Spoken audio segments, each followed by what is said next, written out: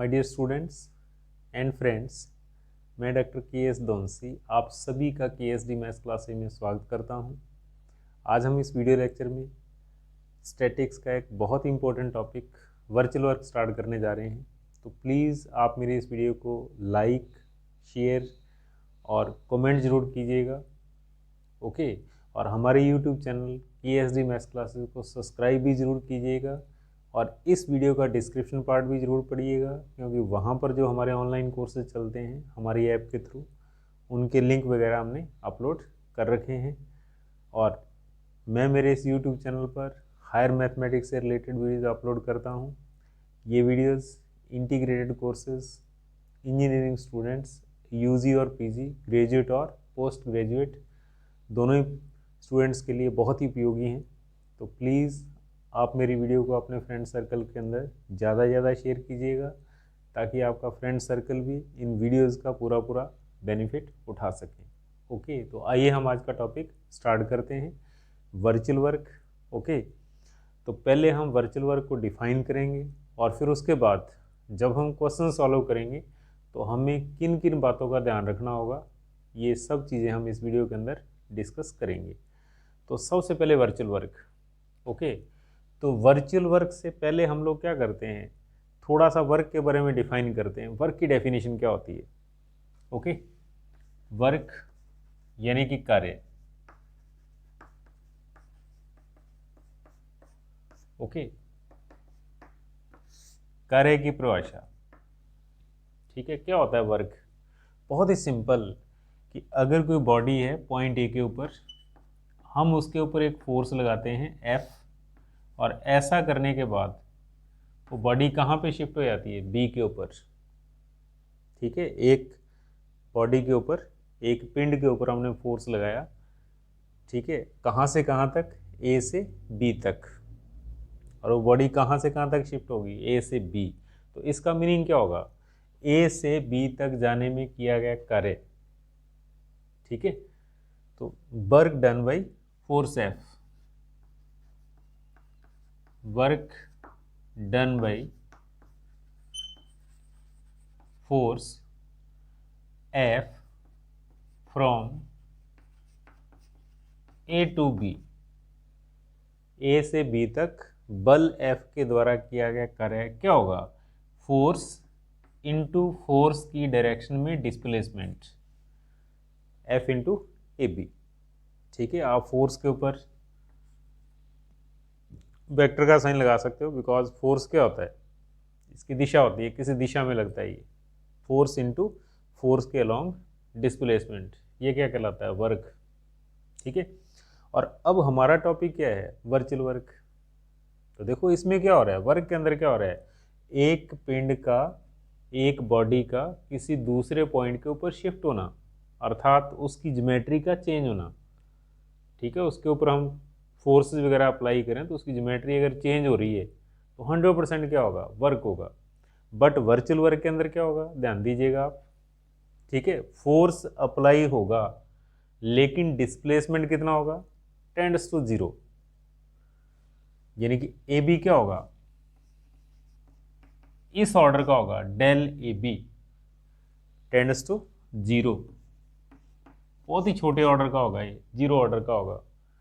तो अगर इस केस के अंदर हम ऐसा लिखें F into del A B, तब ये क्या कहलाएगा? वर्चुअल वर्क कहलाएगा, ठीक है। फोर्स इंटू फोर्स की डायरेक्शन के अंदर बहुत ही छोटा सा displacement, short displacement, tends to 0, ठीक है। इस टाइप का जब डिस्प्लेसमेंट होगा तब फोर्स एफ के द्वारा जो वर्क होगा वो क्या कहलाएगा? Virtual work. फॉर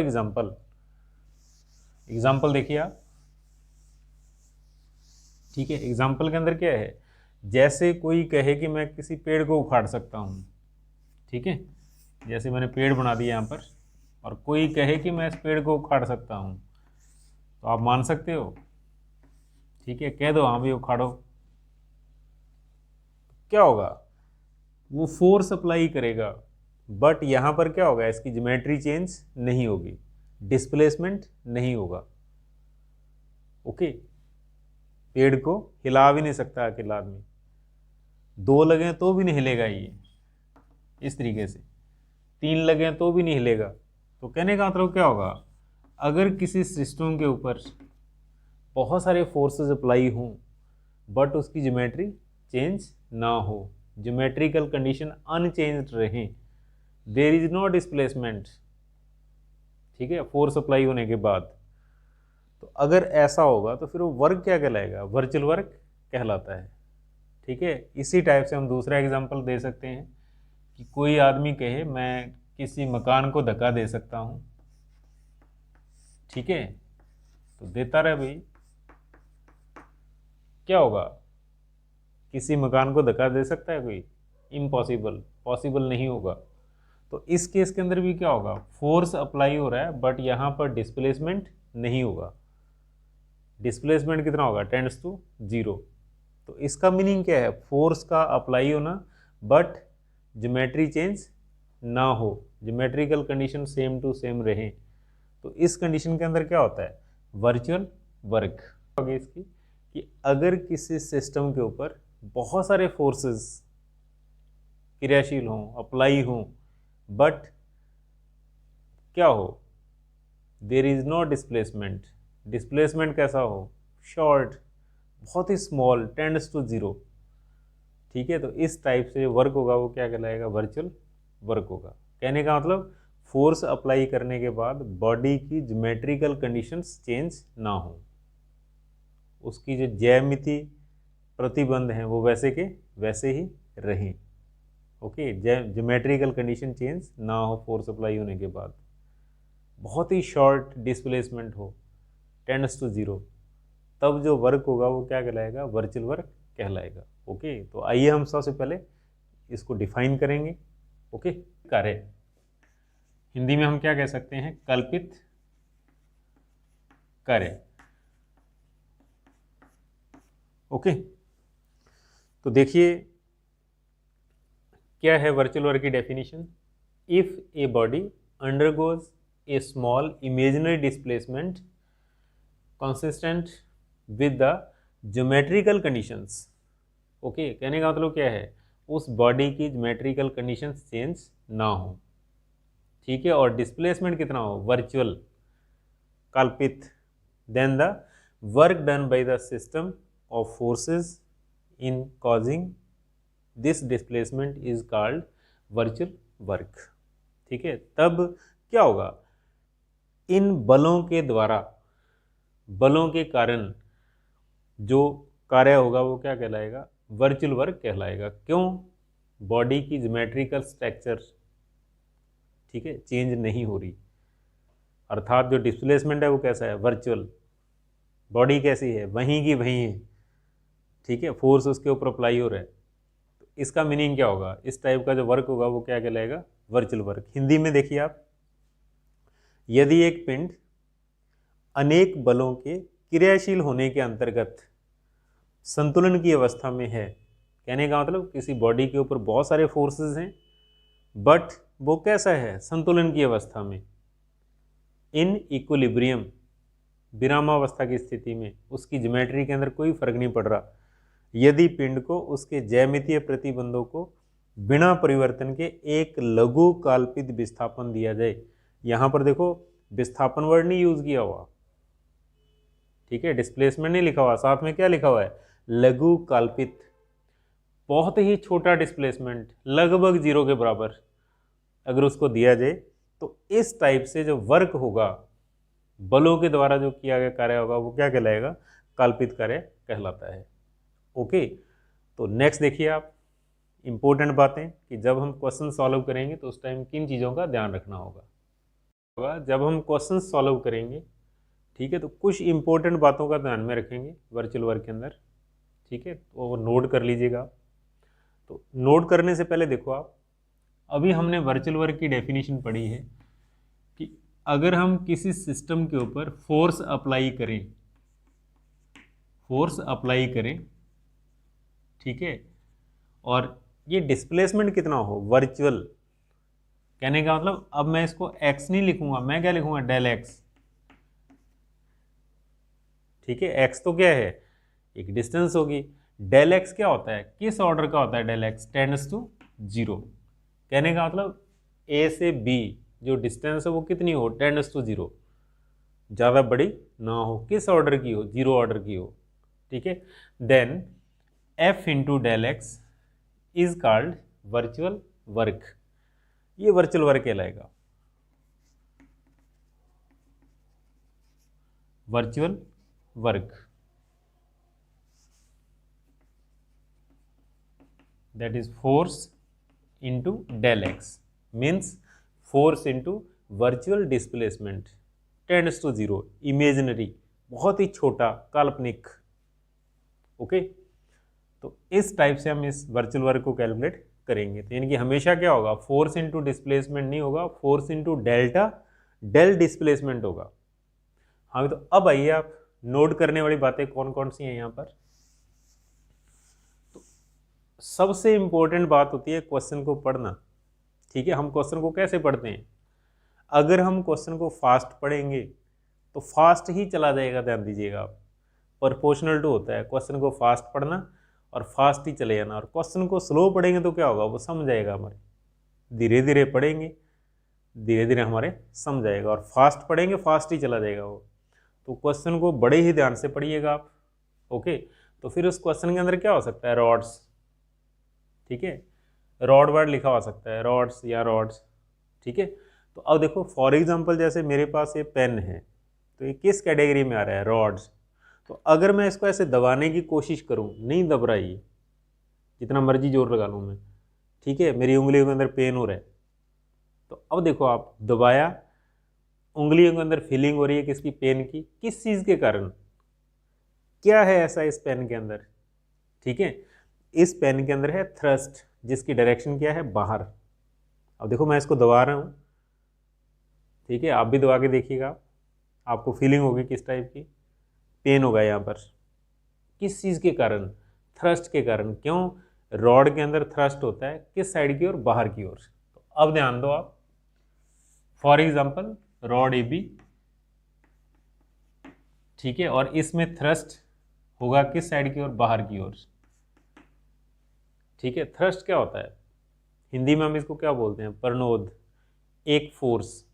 ठीक है, तो देखो आप फोर्स कहाँ पे लग रहा है, ए बी के अंदर, ए से बी तक। तो अगर मैं ऐसा लिखूंगा टी इंटू ए बी, तो ये क्या हो जाएगा, वर्क। तो मैं इसको क्या लिखूंगा, T into del A B, तो ये क्या हो जाएगा, virtual work done by thrust. ठीक है, और टी फॉर लिख देना आप थ्रस्ट,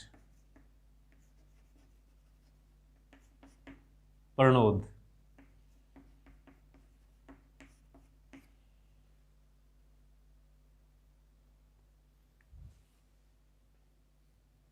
हम इधर नंबर 2, ठीक है, हम क्वेश्चन को पढ़ेंगे और क्वेश्चन के अंदर किस टाइप की लैंग्वेज हो सकती है, स्ट्रिंग और चेन। ठीक है, रस्सी या जंजीर, रस्सी या जंजीर ऐसा वर्ड हो सकता है। तो देखो क्या होगा, जैसे फॉर एग्जांपल ये मेरे पास रस्सी है, तो अगर मैं इस रस्सी को खींचूं तो ये इससे ज़्यादा नहीं खींच रही, क्यों, ऐसा क्या है इसके अंदर, इसके अंदर खिंचाव है, टेंशन है इसके अंदर। ठीक है, तो अब देखो जैसे मैं इसको खींच रहा हूँ तो टेंशन की डायरेक्शन किधर है, अंदर, अंदर की ओर। मैं बाहर खींच रहा हूँ, नहीं खींच रही, तो इसका मीनिंग क्या है, इसमें टेंशन है।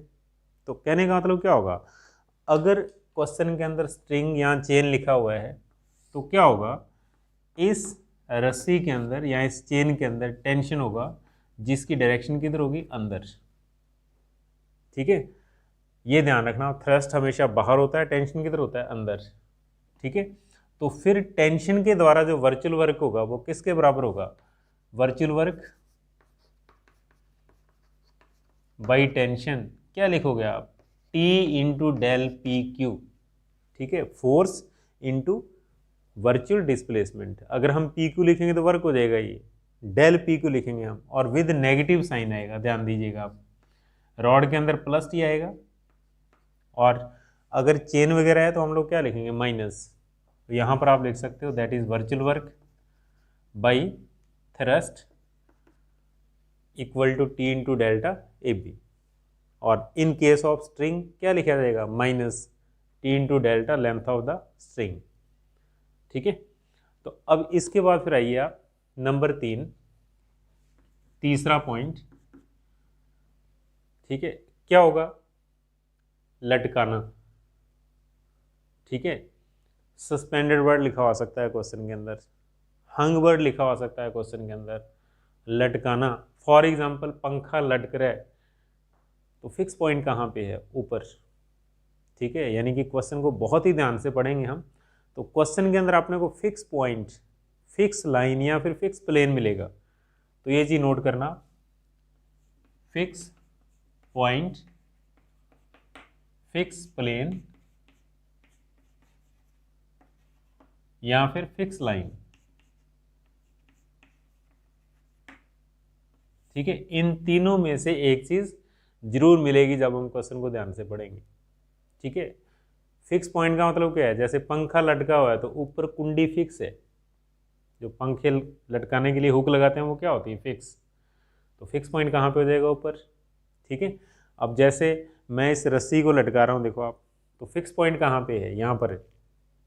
ठीक है, अगर मैं इसको रख रहा हूँ, ठीक है, फॉर एग्जाम्पल इसको कहीं रखा जाए, तो फिर फिक्स कहाँ पे होगा, नीचे होगा।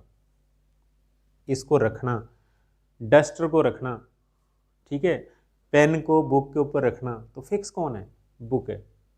ठीक है, अगर लटकाया होगा तो फिक्स ऊपर होगा, अगर रखा वर्ड होगा, ठीक है, at the table, at the plane, फिर फिक्स कहाँ पे होगा, नीचे होगा।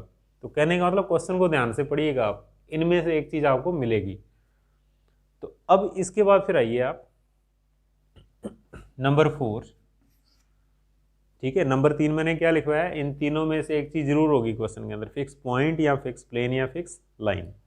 ओके, नंबर 4 नंबर के अंदर क्या हो सकता है, जैसे फॉर एग्जांपल अब देखिए, इस टाइप से हमारे पास सिचुएशन बन सकती है, डस्टर को मैंने कहाँ पे रखा है, इस बुक के ऊपर, तो फिक्स कहाँ है, नीचे, डस्टर इसके ऊपर पड़ा हुआ है। ठीक है, तो अब ध्यान दो आप, अगर फिक्स प्लेन है, नीचे है, तो हम उसके ऊपर किसी भी बॉडी को पुट करेंगे, रखेंगे हम, तो इस टाइप का डायग्राम होगा, और हम लोग क्या लिखेंगे, इसको फिक्स लाइन लिखेंगे। फिक्स लाइन भी लिख सकते हो, फिक्स प्लेन भी लिख सकते हो।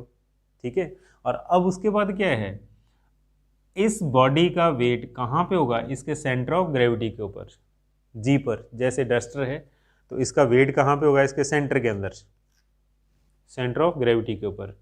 तो फिर हम लोग क्या करेंगे, यहाँ पर इसका वेट है किस साइड की ओर, वर्टिकल डाउन, और हमारा काम क्या होगा, इस जी से वर्टिकली फिक्स लाइन तक आना, और इसको पॉइंट एच लिखेंगे हम। ठीक है, तो जी एच क्या होगा, height of centre of gravity from fix plane, fix line. ठीक है, जी एच क्या होगा, गुरुत्व केंद्र की ऊंचाई, कहाँ से, फिक्स लाइन से या फिक्स प्लेन से। तो इस केस के अंदर अगर हमारे पास ऐसी सिचुएशन बनती है, तो फिर W का वर्चुअल वर्क क्या होगा, क्योंकि वर्चुअल वर्क हमेशा किसका होता है, फोर्स का होता है, वर्चुअल वर्क बाई फोर्स। ठीक है, तो वर्चुअल वर्क बाई W कैसा लिखा जाएगा, minus W del GH। Del means displacement लिखना है, कौन सा, वर्चुअल। अगर आपने GH लिख दिया तो इसका मतलब क्या हो जाएगा, फोर्स इंटू डिस्प्लेसमेंट, वर्क हो जाएगा ये। और अगर हम लिखेंगे W into delta GH, del GH, तो फिर ये क्या होगा, वर्चुअल वर्क होगा। ठीक है, और अगर फिक्स नीचे है तो साइन कौन सा आएगा, नेगेटिव, ये याद रखना आप।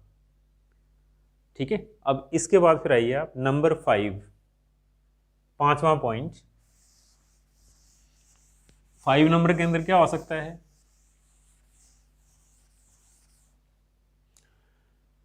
फिक्स ऊपर, फिक्स पॉइंट ऊपर हो।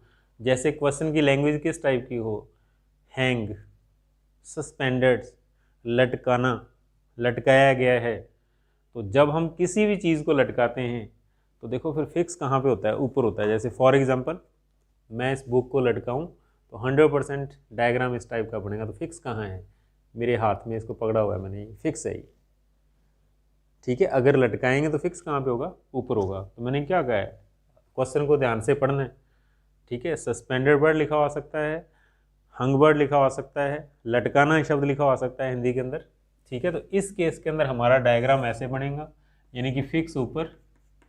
बहुत ही बढ़िया एग्जाम्पल है, जहाँ आप बैठे होंगे आपके ऊपर पंखा जरूर लटक रहा होगा, तो पंखे को लटकाने के लिए हुक फिक्स है कहाँ पे, ऊपर।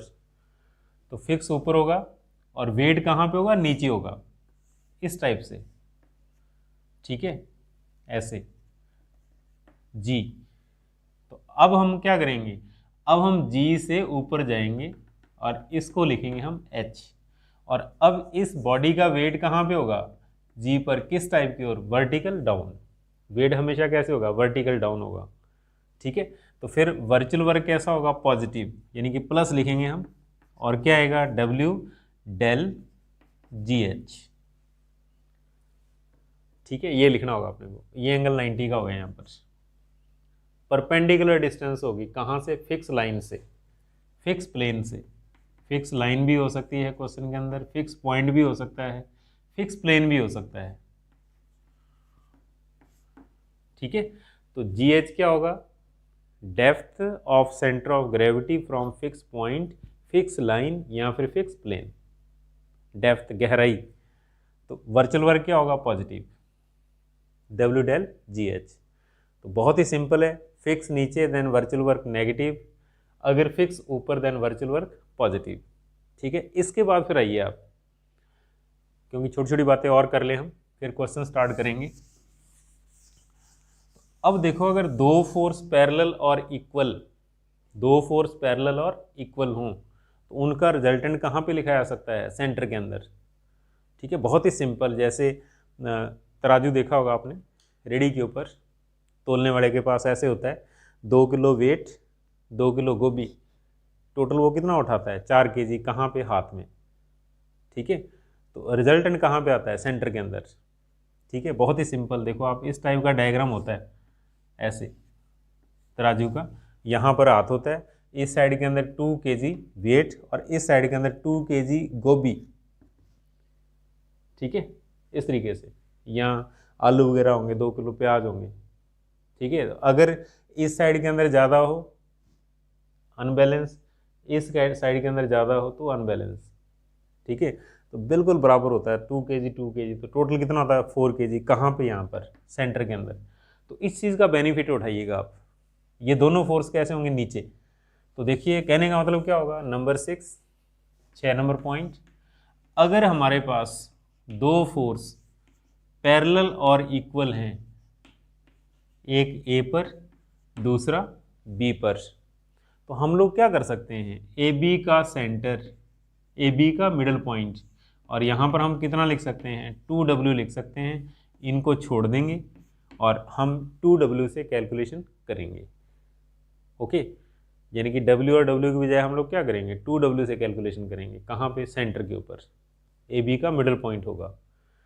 इसके बाद फिर अगले स्टेप के अंदर नंबर 7, ठीक है, कोई भी बॉडी है, उसका जो वेट होगा वो कहाँ पे होगा, उसके सेंटर के ऊपर, सेंटर ऑफ ग्रेविटी के ऊपर। तो अब फॉर एग्जांपल स्फीयर है, नेक्स्ट नोट करना, जैसे गोला है, सर्कल है, ठीक है, हेमीस्फीयर है, बीच में से खाली है, तो उसका जो वेट होगा वो कहाँ पे होगा, सेंटर के ऊपर, जी सेंटर ऑफ ग्रेविटी, ठीक है। और अगर हमारे पास आधा गोला है और सॉलिड है, ध्यान दीजिए आप, और देखो पूरा है, ठीक है, स्फीयर हो, बॉल हो, सर्कल हो या फिर हेमीस्फीयर हो, ठीक है, उसका जो वेट होता है वो कहाँ पे होता है, सेंटर के ऊपर।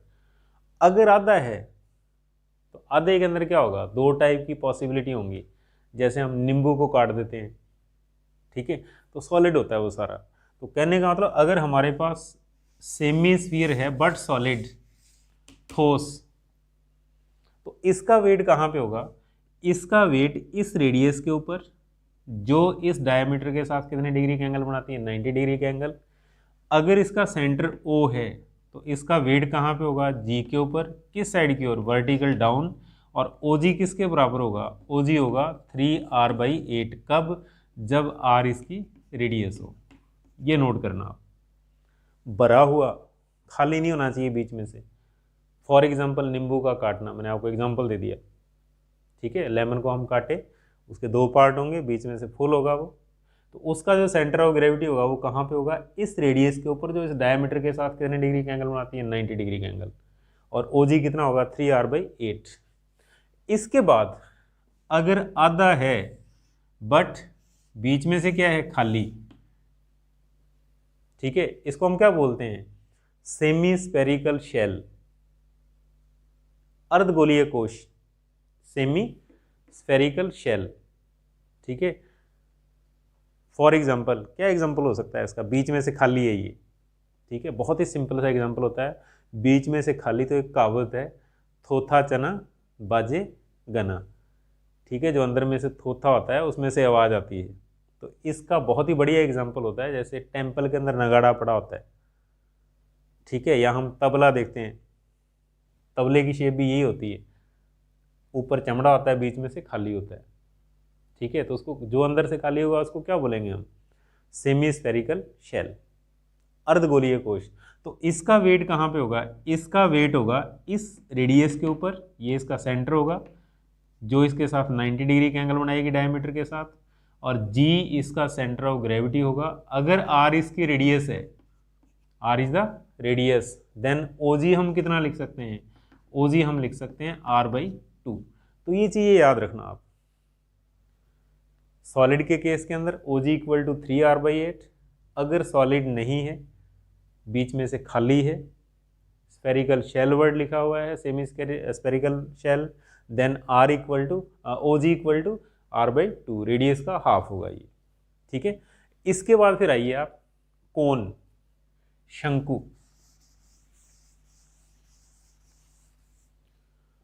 कोन, क्योंकि जब हम क्वेश्चंस पढ़ते हैं ऐसी बातें आती हैं तो पहले खुल के बातें हो जाए हमारी।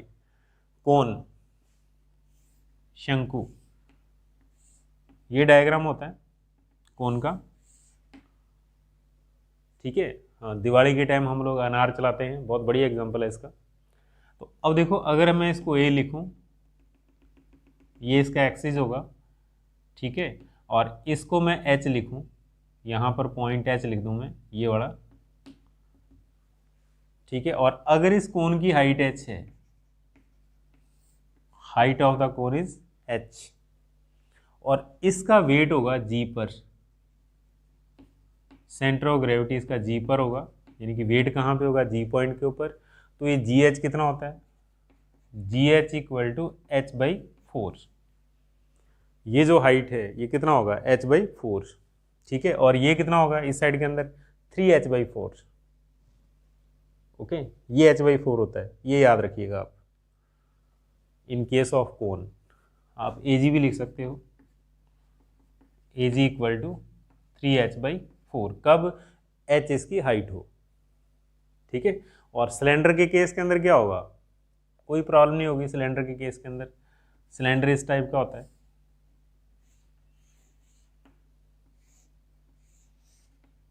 ठीक है। और सिलेंडर के केस के अंदर क्या होगा, जी जो है, अगर इस सिलेंडर की हाइट h है, यहाँ से लेकर यहाँ तक,